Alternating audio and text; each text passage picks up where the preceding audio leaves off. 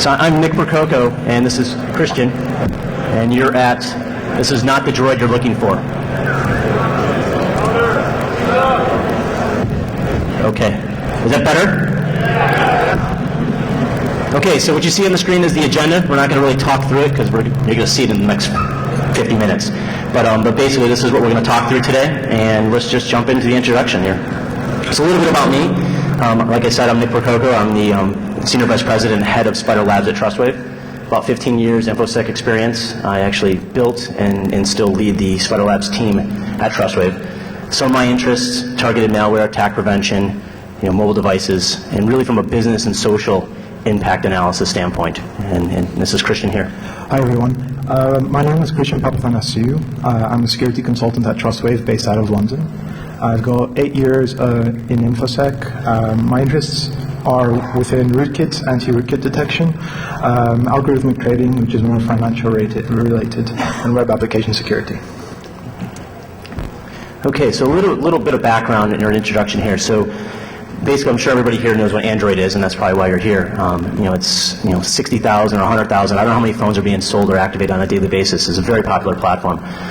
From what we were able to find, it ranks about number 4 in the handset or the mobile device rankings there. So I guess we'll show of hands. How many people here in the room have Android phones? Wow. Okay, you guys are all fucked. No, not really. We're just going to drop you down a few levels, and we'll bring you back up. At the end of this, you'll all be hugging each other. So, so basically, not much research here. We were able to find has been really done in the mobile rootkit area, and so there's some that's been out there. But basically, Android equals Linux equals almost a 20-year-old operating system. I remember back when I was in school, freshman in college, installing a very early version of Linux from a big stack of floppy disks, compiling the kernel for about 8 or 12 hours, and then to find out it actually didn't work. But because of that, I'm not saying that that's a bad thing, that it's 20 years old. There's a very established body of knowledge around Linux rootkits, and so we were able to find a lot of information that helped us sort of on our journey here. And so what did we do? We created a kernel-level Android rootkit. It's a loadable kernel module, and it basically is activated or triggered by a phone number, so inbound phone call. So a little bit of background, just, this is a real nice pretty picture here when we pulled this from Google. This is basically the model for the stack that Android runs on. So basically at the bottom, you see the kernel level, Linux kernel. And at the top, you see the applications. And when I look at this, I sort of think of Time Machine, and not the Mac OS backup utility. I sort of think of the Time Machine, the book, the book or the movie. Basically, at the top, you have the Eloy, right? The Eloys are up there, and then the Morlocks are down at the Linux kernel. The Eloys are like Facebook and Twitter, and they're all excited about that, but they don't see anything below the surface, and they don't know what's going on down there. We'll get a little bit more on that later, but basically, this is what this looks like, and we're going to walk through some of these layers with you. So basically, the Linux kernel, that's the base level there. It's based on the Linux 2.6 kernel. It is a hardware abstraction layer, so everything above it doesn't have to worry about the hardware, right? Everything's just represented as a file. Makes it very, very nice and very clean for everything that's above it. It offers the same things that every other Linux kernel offers. Memory management, process management, security, networking. But then the whole Android platform that we're going to be talking about really sits on top of that kernel. This is where we focused our attention in the research. We didn't really focus at the application layer. We focused at the kernel level. The libraries are where most of Android's core functionality lies. The main libraries of interest are SQLite, which is the main storage subsystem. So Android uses SQLite databases for storing its messages, its contact database, and anything really that it needs to store is stored in SQLite databases. For browsing, it uses the WebKit library, and crypto is handled by the SSL library. So one thing that is interesting, based on the libraries that are used, is that because it's a SQLite database, you can read. If you have root access on the device, you can actually read the SMS messages by just using the SQLite client. Another idea or / hint is that you can intercept browser sessions by hijacking the library. You can also do that through the kernel. And because it's using SSL, the SSL library, and that requires it to be seeded with a random number generator, you can see that with static low numbers, and that would mean that your cryptos basically can be cracked easily. So Android's runtime environment is the Dalvik VM. What is Dalvik? Well, it's a virtual machine on Android devices. It runs applications which are converted in DEX format. The DEX format is specifically designed for low memory, low processor speed devices, just like your phone. We didn't spend much time here. The application layer is where your user applications lie, like your Facebook app, your Twitter app, your browser. They usually either come with a phone or they are installed with your Market app downloaded from the internet. We didn't spend much time here either. So all your higher layer applications, they ultimately interface with the Linux kernel, which acts like a hardware abstraction layer between the hardware and your user land applications. Therefore, by hijacking the Linux kernel, you in effect hijack the higher layer applications.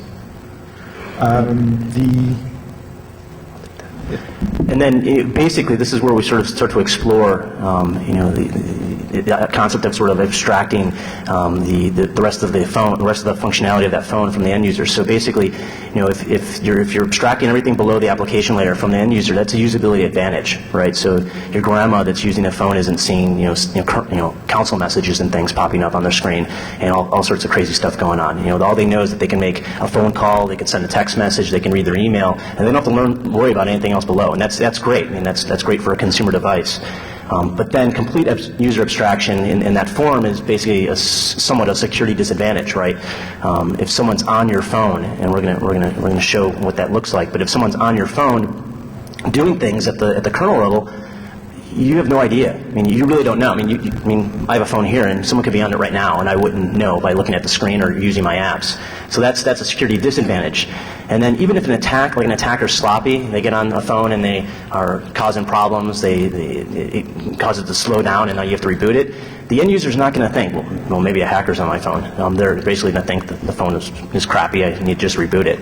So basically, they'll just call it a bug, or they'll just reboot their phone, and they'll be done with it. So what are some of the motivations behind this? So people are asking, why did you guys look into this? Why did you guys write the rootkit? And basically, this was just sort of a discussion that Christian and I had at Black Hat Europe, talking about sort of the implications of of rootkits being on mobile phones. I mean, mobile phones are everywhere, right? So these 485 million devices on 3G networks. So that basically means that there are that many devices that almost have an always-on connection, right? So my phone's sitting on my table. It's connected to the internet. It's on the 3G network. I go and I drive across town while I'm in the car. It's on there as well. So it's always on, which is very similar to what we saw in the late 90s when people started getting always-on connections in their home.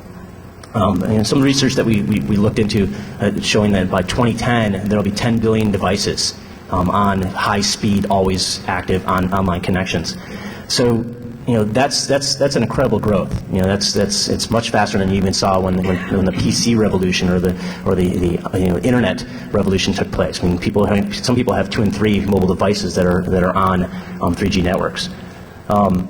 And then the other piece there is that 60% of us, maybe even higher, probably a much higher percentage of the people in this room, carry those devices with them at all times. So if you think about, you have your home computer, right? You don't carry, well, you may have a laptop, but if you had a home PC and it's plugged into your home network, you're not carting that thing around with you wherever you go.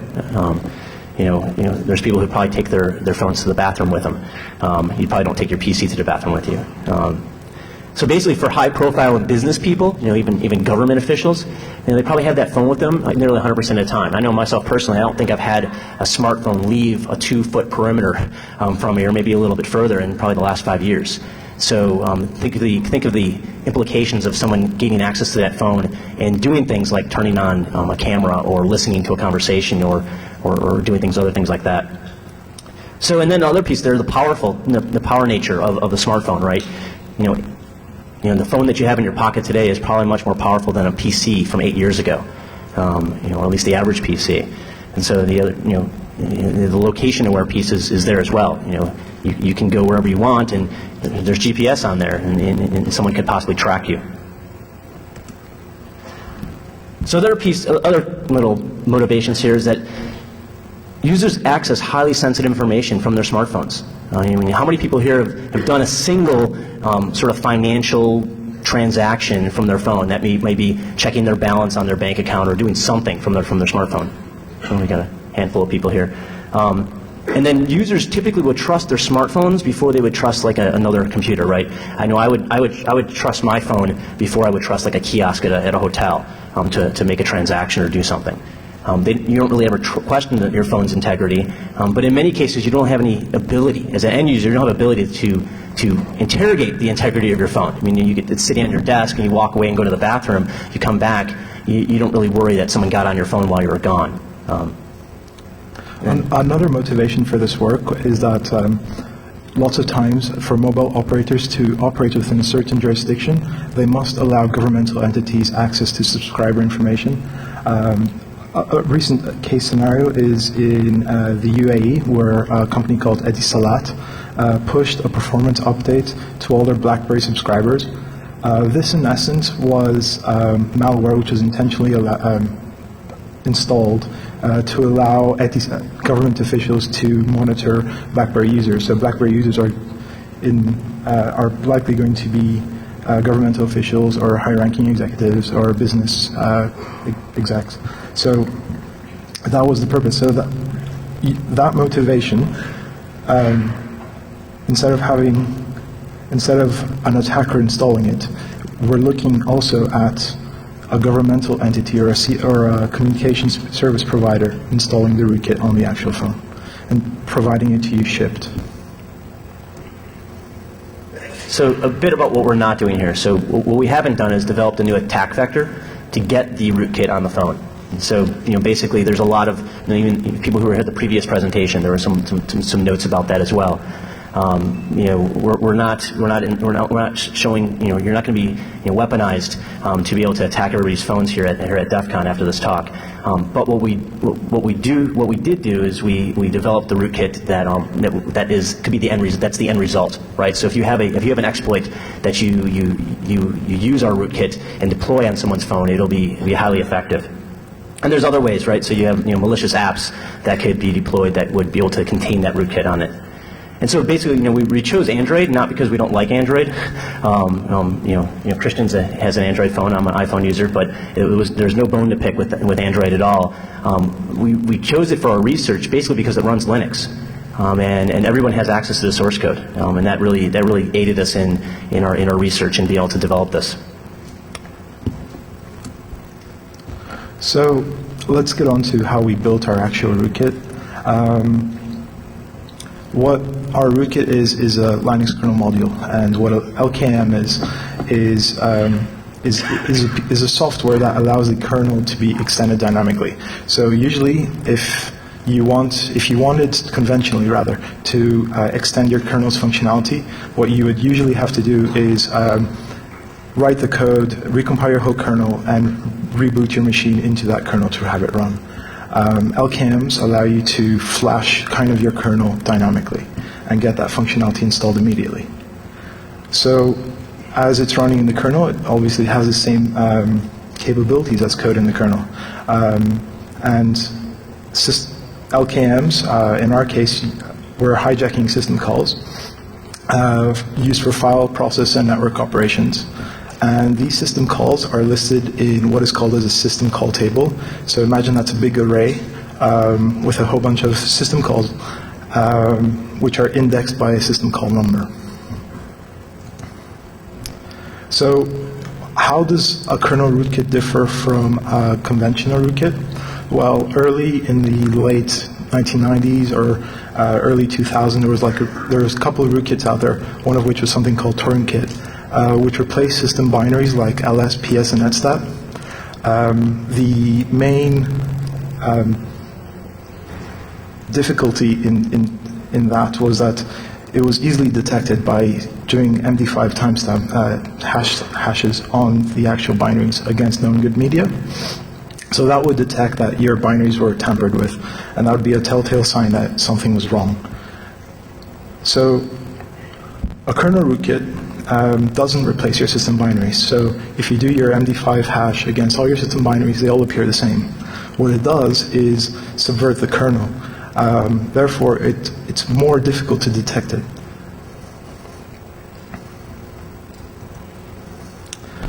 So how do we redirect system calls? We redirect system calls by creating a hook. And what that in essence is when the system calls a specific system call, we intercept that and call our own code and then redirect it back. So by doing that, we place ourselves kind of like a man-in-the-middle attack for the system call. Within that man-in-the-middle, within that middle is our code, our exploit code, which performs the functions we want it to do. So by hijacking the kernel, we are not only subvert the layers above the kernel, but we also subvert the end user himself. While developing this rootkit, there were a few hurdles to overcome. It wasn't as straightforward as it would have been on a usual commodity PC, Linux PC. One of the hurdles, which exists also on commodity PCs, is to retrieve the system call address. Another hurdle was how do we compile the actual module against the source code for the device. And another hurdle which we had to overcome was to enable system call debugging, which would allow us to determine higher layer phone functions, which we would then be able to tap into and hijack and perform actions that we want to perform.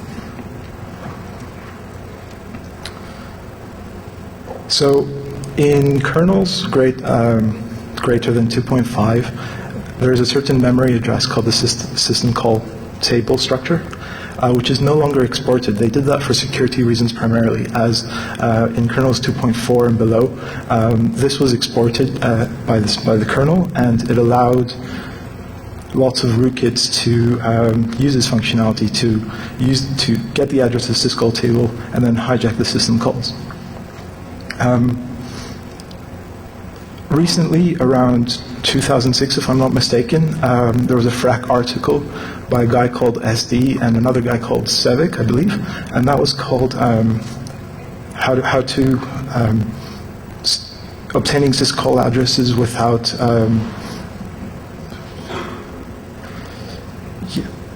he basically used devkmem to obtain the syscall table address using certain heuristics. Because all Android devices ship with the same hardware, firmware, and kernel, this is not really necessary in our case. So unless a user has actually flashed their device or rooted their device, which most users haven't, you can simply obtain the syscall table address from the system.map file of the compiled kernel. This also means that you can obtain lots and lots of targets for different devices, and you can create an installation script which, depending on the uname of the actual device, it loads the specific syscall table address for that specific device. We obtained target addresses for the HTC Legend, for the HTC Desire, and for the actual emulator itself. Another hurdle we had to overcome was to load our kernel module within the actual running kernel. It was quite weird because the HTC Legend, they provided the kernel source code for the Legend, and you would expect that if you compile a kernel module against it, it would actually allow you to load it onto the device itself. This wasn't the case because the uname of the actual HTC Legend was extended by saying, instead of 2.6.29, which is the actual default kernel provided by HTC, the uname said it was 2.6.29, 9A30, 26A7. So when you try to load your kernel, your module into the Legend's kernel, it said the ver magics don't match, and it wouldn't allow you to do that. So we looked into the source code of the actual HTC Legend kernel and modified that, and then recompiled the module against it, and it allowed us to load the module successfully. The file that we modified to load that was a file called utsrelease.h. So at this point, we had successfully loaded our module into the HTC Legends kernel. What we next needed to do was to understand which higher layer phone functions we needed to intercept. Now, Google Android has hundreds, thousands of APIs. These all, in the end, interface with a set of 255 to 300 system calls. So the main ones which we targeted were the syswrite, sysread, and sysopen and sysclose system calls. And these are the system calls, these are the functions within the kernel which perform all the read, write, open, and close operations. So by determining the arguments that are passed to these system calls, we can find specific events that we want to hijack.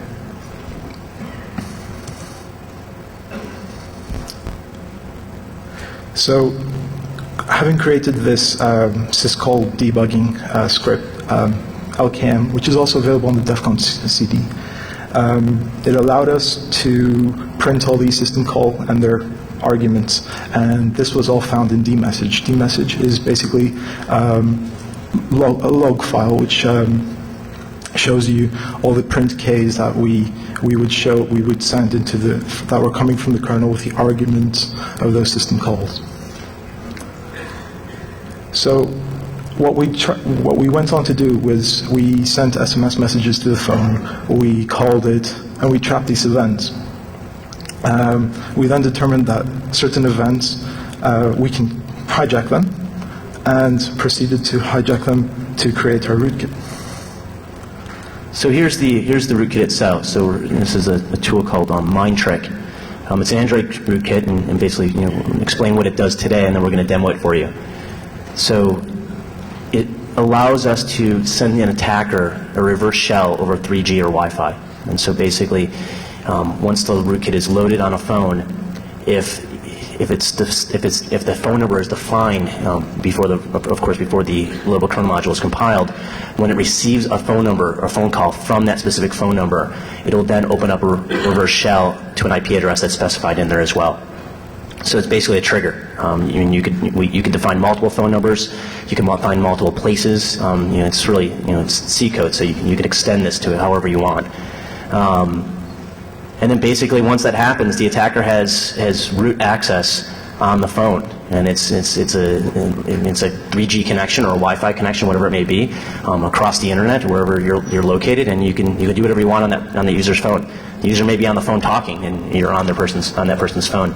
Also, the rootkit is hidden from the kernel itself, and so we included that in the functionality. And so when you load the kernel, when you load the rootkit and you do lsmod, it doesn't show up. So the source for that is on the DEF CON CD, so that if you're interested, you can play around with it. So now we get to the live demo, and so I guess we pray to the demo gods that this goes well. We are using a lot of wireless technology in here, which is always a sort of a curse at DEF CON. But this is what we're going to do. And so I'll sort of list these, and then we'll go to the demo, and we'll walk you through them. But basically, we're going to show you how we install the rootkit on the phone. Basically, we'll activate the rootkit via phone call, and so we'll show that. And then you'll see reverse shell open up. And then we'll go through, and Christian will basically show you some exploration there in finding where the SMS messages are, viewing the person's contacts, and then basically looking up the GPS coordinates as well on the phone.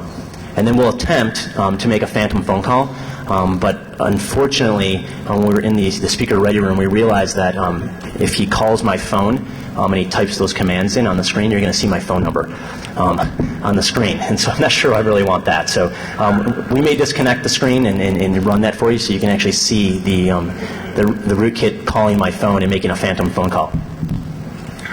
Let's jump out. Yep.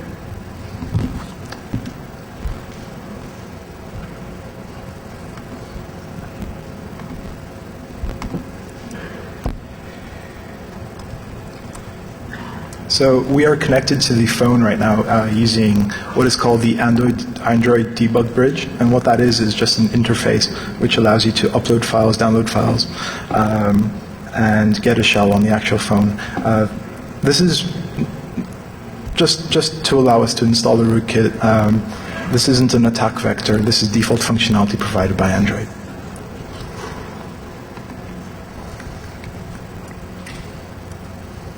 So here's the rootkit itself. So you see mindtrick.ko, and so I believe I've already installed the rootkit on the phone. you did. Okay. Yeah, I already installed it.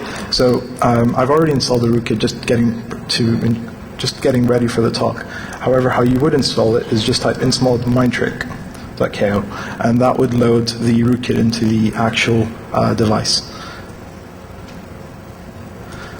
We can see with lsmod that the two modules that are currently loaded are the wireless modules for the actual phone. Nothing there denotes anything related to mindtrick. So now we will disconnect from the phone and set up a netcat listener. Okay, so now I'm going to attempt to call his phone. And if it works, you should see a shell. Fingers crossed.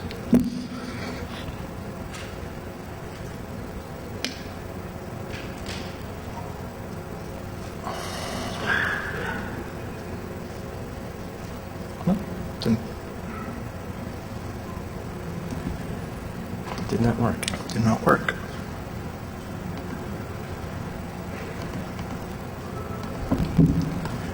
Demo gods hate us.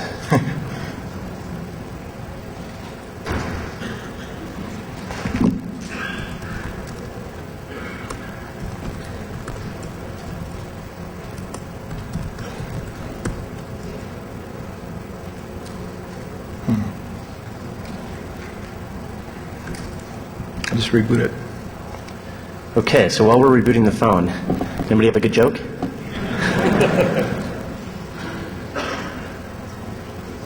I guess that's what happens when you decide to do a run through it in the speaker's ready room. Was that a yes back there?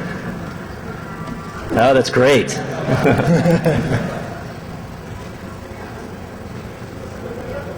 So I guess a little bit more about the setup here. So basically, we have a Wi-Fi access point, and hopefully that's not the reason why that's going on. So basically, the phone is on the 3G network, Christian's phone. It has the loadable kernel module, or when it comes up, it should have it loaded on it.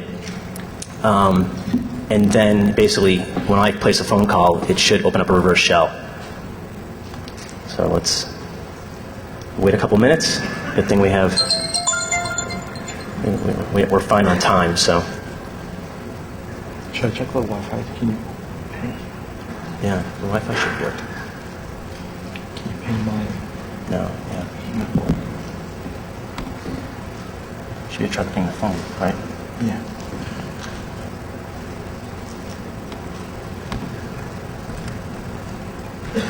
Fits up. The phone is up.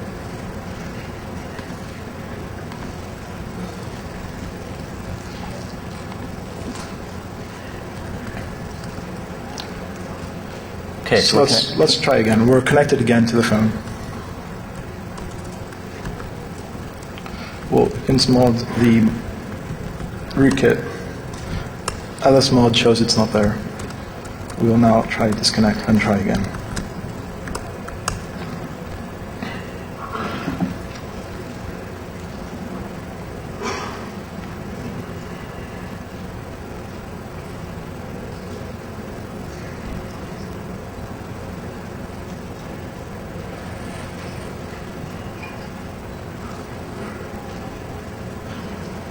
There we go. There we go.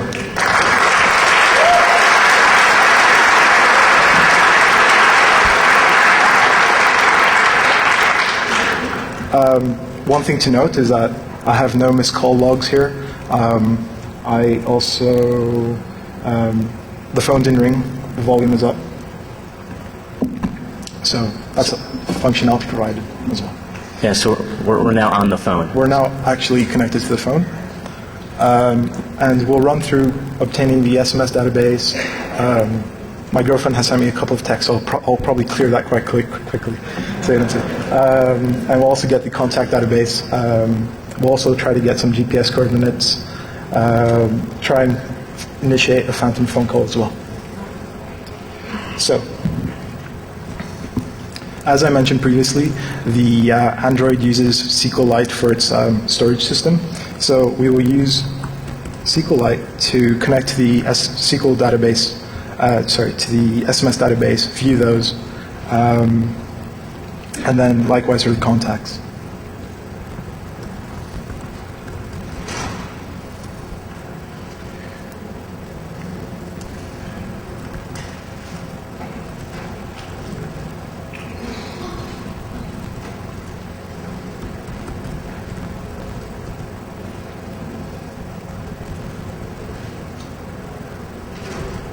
A nice long path for us. So now it's a non-interactive shell, so you won't see the actual SQLite saying I've connected, but we should be able to see the tables if we do that. So those are the tables. So if we type .xr from incoming message, you get all the texts.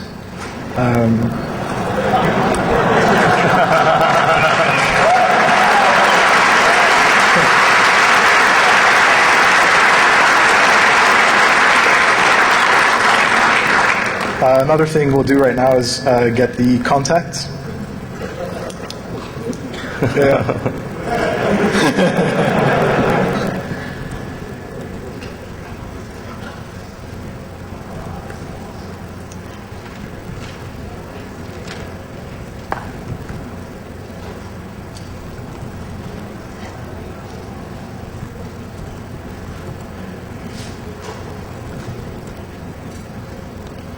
So these are all the tables in the contacts database. We'll just select everything from raw contacts.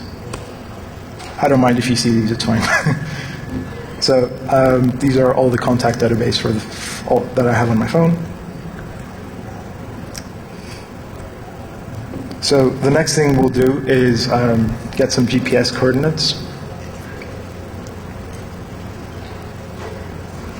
And one thing we identified when we were trying to look for the GPS coordinates, and we're going to do more research into here, but basically the device, the GPS device isn't activated unless, of course, an app that's actively using GPS. Actively using GPS. And so we activated basically Google Maps on the phone here. And so now we'll see if we're able to retrieve the GPS coordinates on the phone.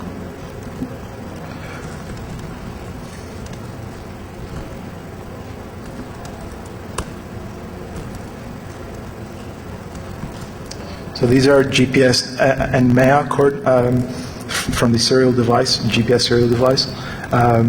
You can then translate these into Google Maps and get a pinpoint for the actual device.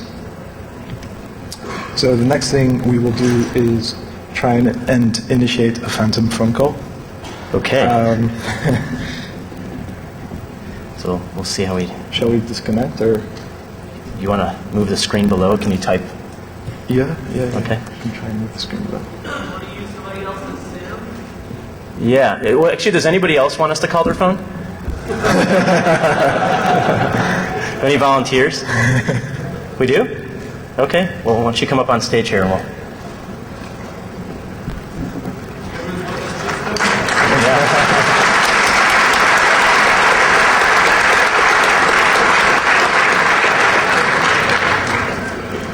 It doesn't have to be an Android phone, no. No. Oh, it's a test phone? Cool. Can we get the number?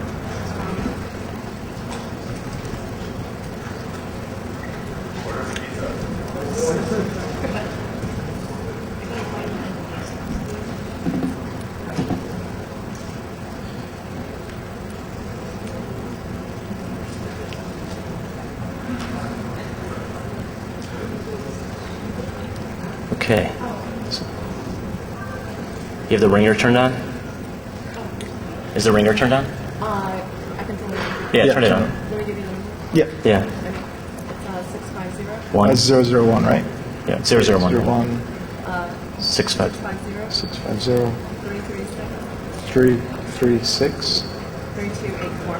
3284.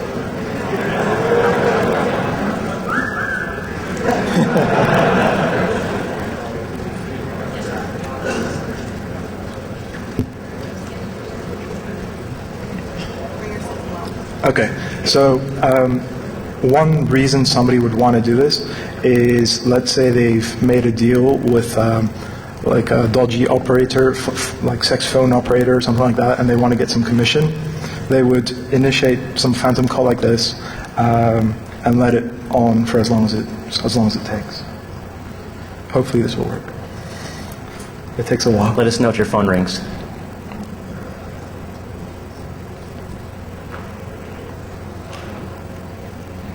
It's ringing.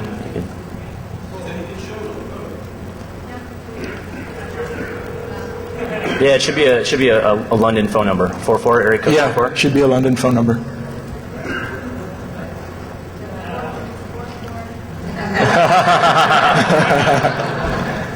Great, so that worked. Great.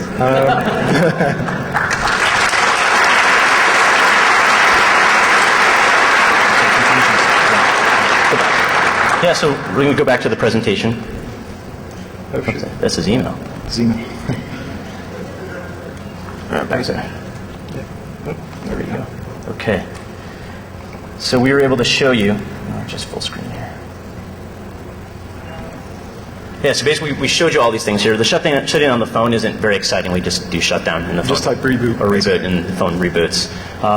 But basically, and these are just the functionality that is available, through command line.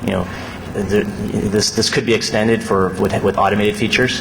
This is a very, very basic rootkit that basically allows you to have that root shell capability, and then it's up to you to type those other commands in, like searching the databases and pulling down GPS coordinates.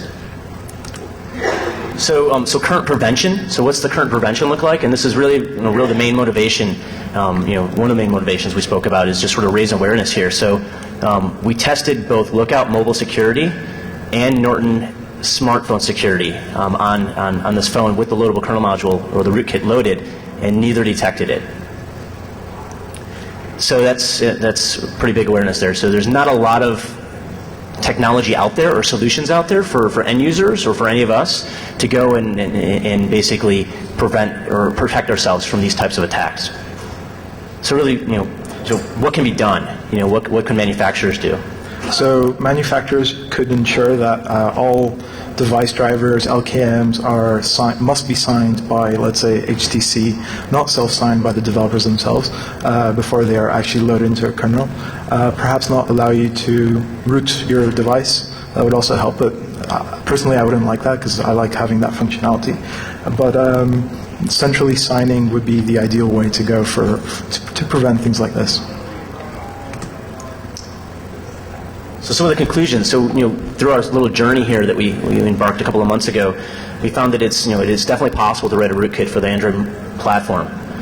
Of course, we didn't include any other functionality. We didn't really go much deeper, but it easily can be done. So I'm sure there's people in this room that will take the source code off of the CD and play around with it and see what else they can do. But then very little attention has been paid, to smartphone security up until this point. There's been great talks the last few days, and even at Black Hat around this topic. And I think the industry is going to really start moving in that direction. But basically, it's really because all of us are using our phones nowadays, and even the next 5 years, it's going to really expand to the point where we rely on those devices more than we're going to rely on our PCs or our laptops.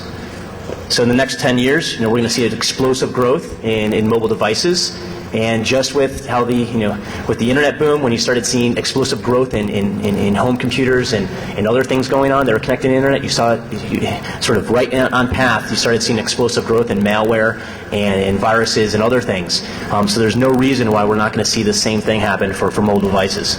So the big bottom line question is, will we be prepared for that? And that concludes our talk. Thank you very much for your time.